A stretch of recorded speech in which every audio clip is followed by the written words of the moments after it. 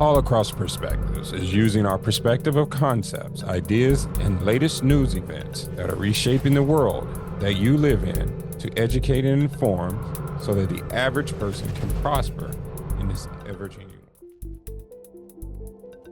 world. Facts you may not know. Let's get deep into it. Here we go.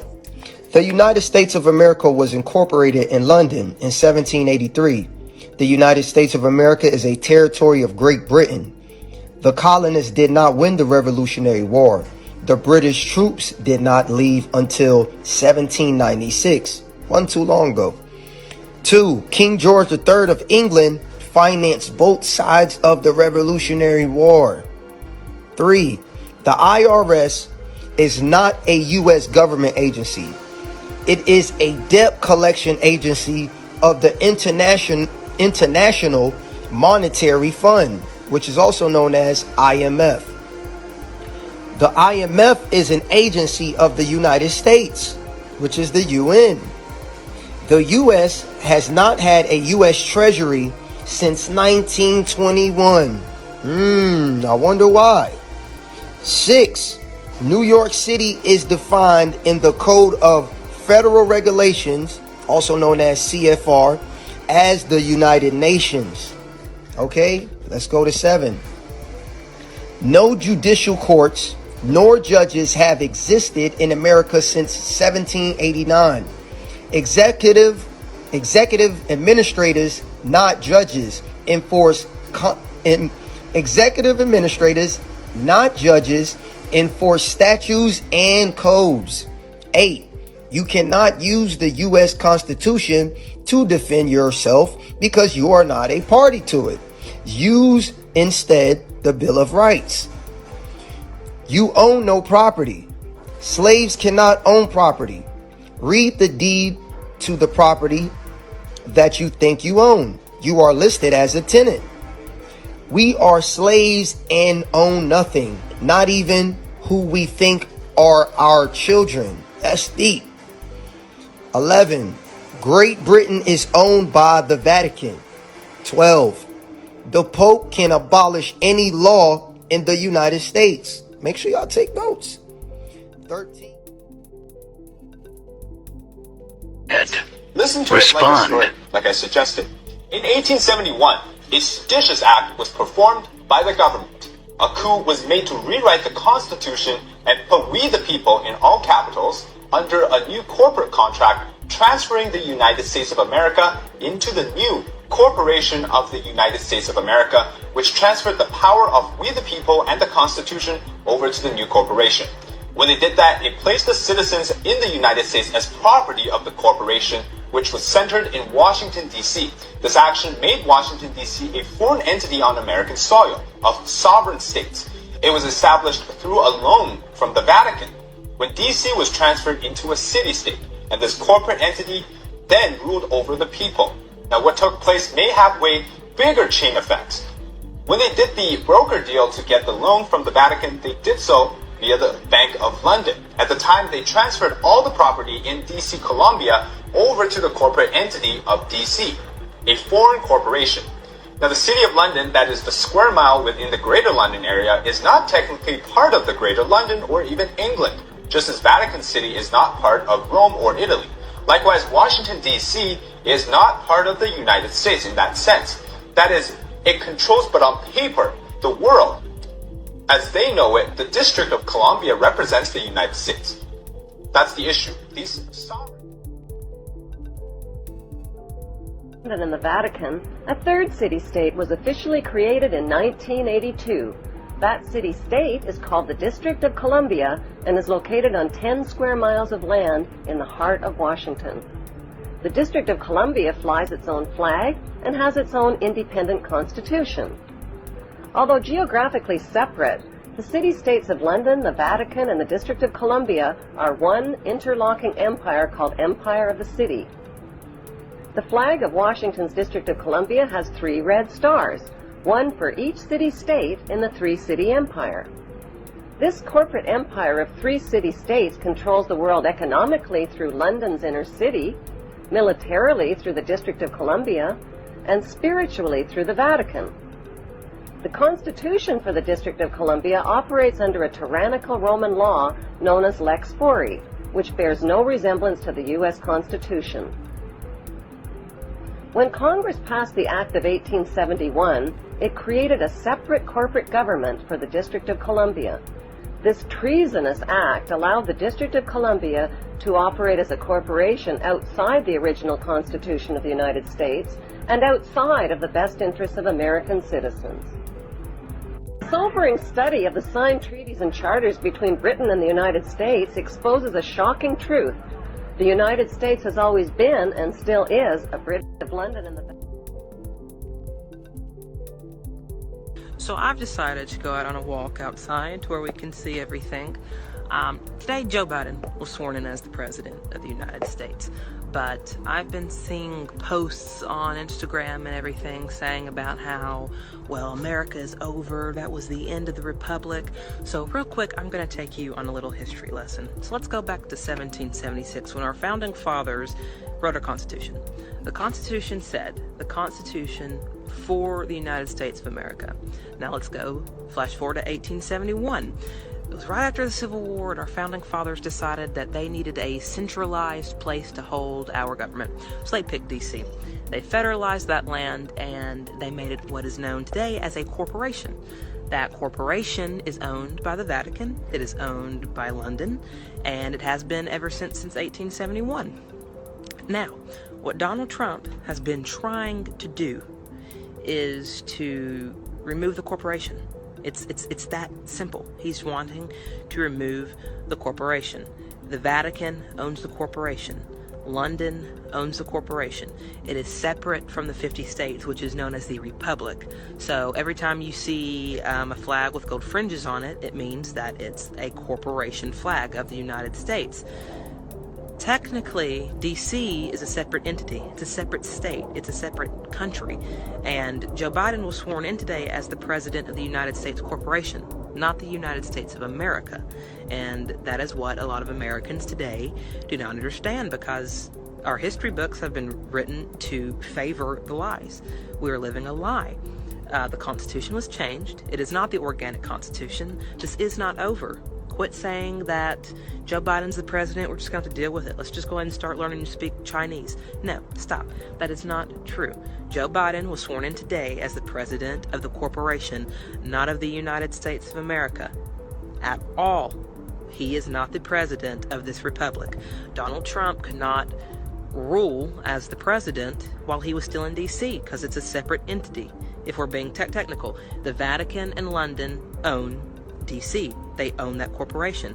So how could a president who wants to be the president of the republic stay in Washington? So watch the news, keep on reading information, fact check yourself, and you'll soon realize that this isn't what it seems to be. Donald Trump is still the president of the United States Republic. He just couldn't rule while he was in D.C. Mar-a-Lago will be the temporary White House. You just wait and see. He's a brilliant man. World War I, World War II were planned long in advance. A corporation called United States, after the change of the century, coming into 1900s, they thought maybe we could expand the business, move the corporation out a little bit. Let's expand business. So they called it a hostile corporate takeover. We call it World War I. So the corporation called United States was able to overthrow the existing corporate order in Europe, but they went broke doing it. And then the bankers pulled their money out in 29. We had something called a stock market crash. So the international banker says, well, if you're broke, what are you coming to me for? I'm not going to loan you money if you're broke. What do you have as collateral? You got any collateral that you can put up for me to loan you the money? The British corporation called United States said, yes, we have the stock. We'll give you stock in the company. You are the stock in the corporation. So they give your body to the banks in Switzerland. So your body now becomes stock for the corporation called United States because you are a money maker. The United States Corporation gave your body, your birth certificate, to the banks as collateral for the loan. And that's why today Americans are nothing but slaves.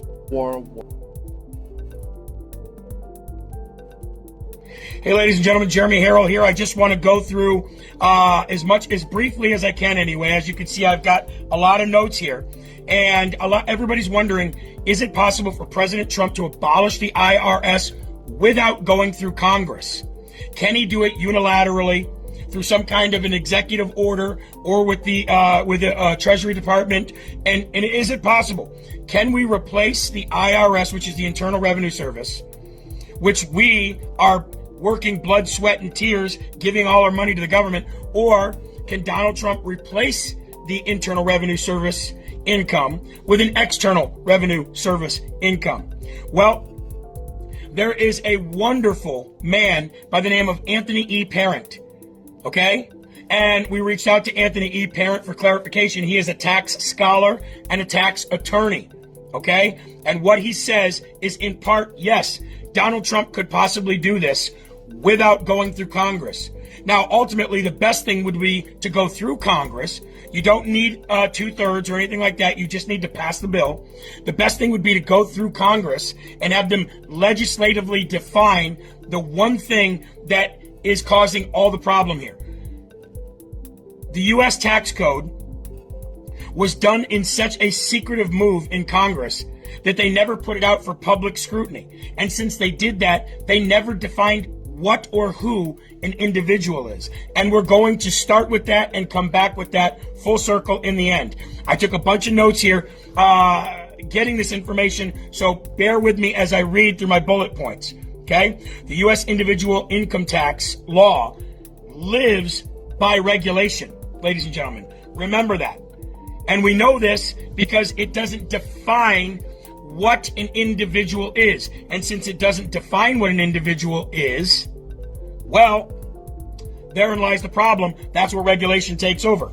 Here we go. A change of law may not be required because it never bothers to define in the U.S. tax code what an individual is. The law doesn't define it.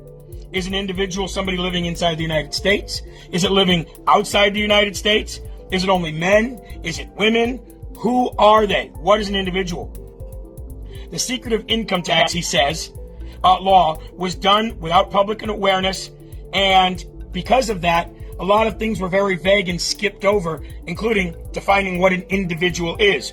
Who decides who an individual is? Well, in this case, because the law doesn't define it, then it must go to the regulator. Who's in charge of those regulations? And in this case, it is the Department of Treasury. So if it lives by regulation, then it could die by regulation, he said. Trump can simply appoint a new Secretary of Treasury to draft new regulations, since Treasury is the definer and the enforcer of the law, not the IRS. When it drafts new regulation, it must follow the Administrative Procedure Act, or the APA, he said, like all other federal agencies do. Now, the APA requires that when an agency drafts new regulation, here's the key, it must engage in a process known as notice and comment. That process includes 3 steps. 1, the agency must publish a notice to the public so that there can be scrutiny and discussion, debate, and argument on this. Number 2, regulations must be in harmony with the statute. Now remember, that's going to be the big one. Regulations must be in harmony with the statute, which goes back to defining what individual income tax is, located in Title 26 of the U.S. tax code. And since it must align with the legislative intent, therein lies the problem. So let's say Trump restricted the income tax to some definition that would make nobody subject to it. It could then be stricken down by the Supreme Court, because you know that there would be a lot of pushback on this from people who are obviously greedy and power hungry. Although all Americans shouldn't want this if we have something that is proposed to replace it. So it could be stricken down by the Supreme Court, because individual could easily be argued as it's clear what an individual is, Your Honors, right? So the argument to that is, okay, is a baby an individual? Are people in a coma an individual, since it's not defined by law? Are foreigners individuals, visa workers, students? Who is individual? You failed to do that when you secretively made the law, right? And the argument to that is, well, what the regulation does is limits the word individual to United States working taxpayer. Ooh. The argument back to that is, since you just said, well, since it's not legislatively defined, and since it goes to the regulator, and the regulation defines who it is and enforces who to go after for these taxes, well, that brings me right back to the beginning. If it lives by regulation, then it can die by regulation. And the argument back to that is, ladies and gentlemen, and really comes down to this, that's just an admission right there that the law does not define who an individual taxpayer is. Regulation does. And right now, the Secretary of Treasury is mandated by Section 7601 of the Internal Revenue Service to canvass America to find Americans who have unreported income tax, which means at any time your right to privacy means nothing to the IRS. Their authority can just run a perpetual campaign to violate your Fourth Amendment. So the Secretary of Treasury, this is by Anthony Parent, says the Secretary of Treasury can then look at that and say, well, the tax code as enforced is in conflict with the Fourth Amendment because it never defines what an individual is. And if I'm the regulator here, it conflicts with the Fourth Amendment, which forbids unreasonable searches and seizures. The Constitution and the Fourth Amendment is the highest law of the land. So because we have a conflict with Title 26 in the Constitution, then the Constitution must prevail. The Treasurer or Secretary could then say that any way to enforce Title 26 is to define the individual that must live and work in the United States. They must consent to the illegal search and seizure. We're making it legal by consenting. So at the very least, ladies and gentlemen, this would expose the politicians and the people that want to keep the IRS tax code, the Internal Revenue Tax Code, in place, and would ultimately give President Trump leverage to actually have this go through Congress and have it passed there as well, because nobody wants political suicide. So one way or another, he can get this done, and it's not going to be that difficult. I'm sorry it wasn't as brief as I wanted it to be, but share this out everywhere. I would love other tax scholars and tax attorneys to argue this in any way, shape, or form, but it all comes down to this. They never defined individual. And since they didn't define it, then it must go to the regulator, which is the Secretary of Treasury, and they could say, this is in direct conflict with the Fourth Amendment, and we can't illegally search and seizure anybody's property. Let me know what you think. LFA TV, ladies and gentlemen, thank you very much. We appreciate you. God bless. You figure out the government's definition of what a person actually is, it may change your whole outlook. Now, the government is a corporation, and it is illegal for corporations to contract with living beings. Corporations can only contract with other dead entities, or what is referred to as persons.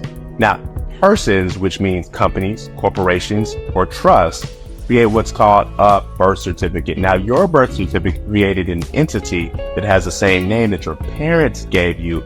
It's just written in all caps. You are not a person in the eyes of the government. You're a living man or a living woman that happens to have a person attached to it. You're alive and you're not your paperwork. If you want to get off the grid, you cannot use entities created by the government like LLCs, S-Corps, or C-Corps to handle your private affairs. You need to create something of your own that will allow you to operate on your own terms. Create a private trust. Now, private trust allows every living man and every living woman to interface with the public without giving up their rights. When you figure out